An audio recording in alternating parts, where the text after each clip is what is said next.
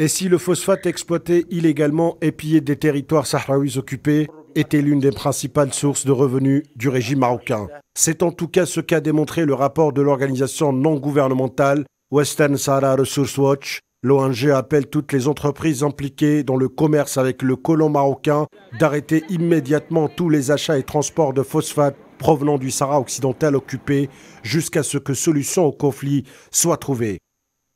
Publié lundi, il s'agit du 10e rapport de l'ONG détaillant cette fois-ci toutes les entreprises impliquées dans le pillage de phosphate, exhortant les investisseurs à les interpeller ou à se désinvestir, à moins que des mesures ne soient prises. 2022 à lui seul, 23 navires ont quitté le Sahara occidental occupé avec 1,23 million de tonnes de minerais de phosphate, en légère baisse par rapport aux 1,4 million de tonnes de 2021. La hausse mondiale des prix du phosphate en 2021 implique que les exportations illégales du Maroc sont devenues de plus en plus lucratives. Les dernières données obtenues au fil des années révèlent, selon l'ONG, que le prix de la roche phosphatée provenant du territoire occupé est sensiblement plus élevé que le prix du marché international. En utilisant le même calcul que les années précédentes, l'ONG estime que le revenu du Maroc provenant de l'or blanc du Sahara occidental aurait atteint 600,55 millions de dollars en 2022. Le rapport signale que depuis 2011, le Maroc investit massivement dans le port et les installations dédiées au phosphate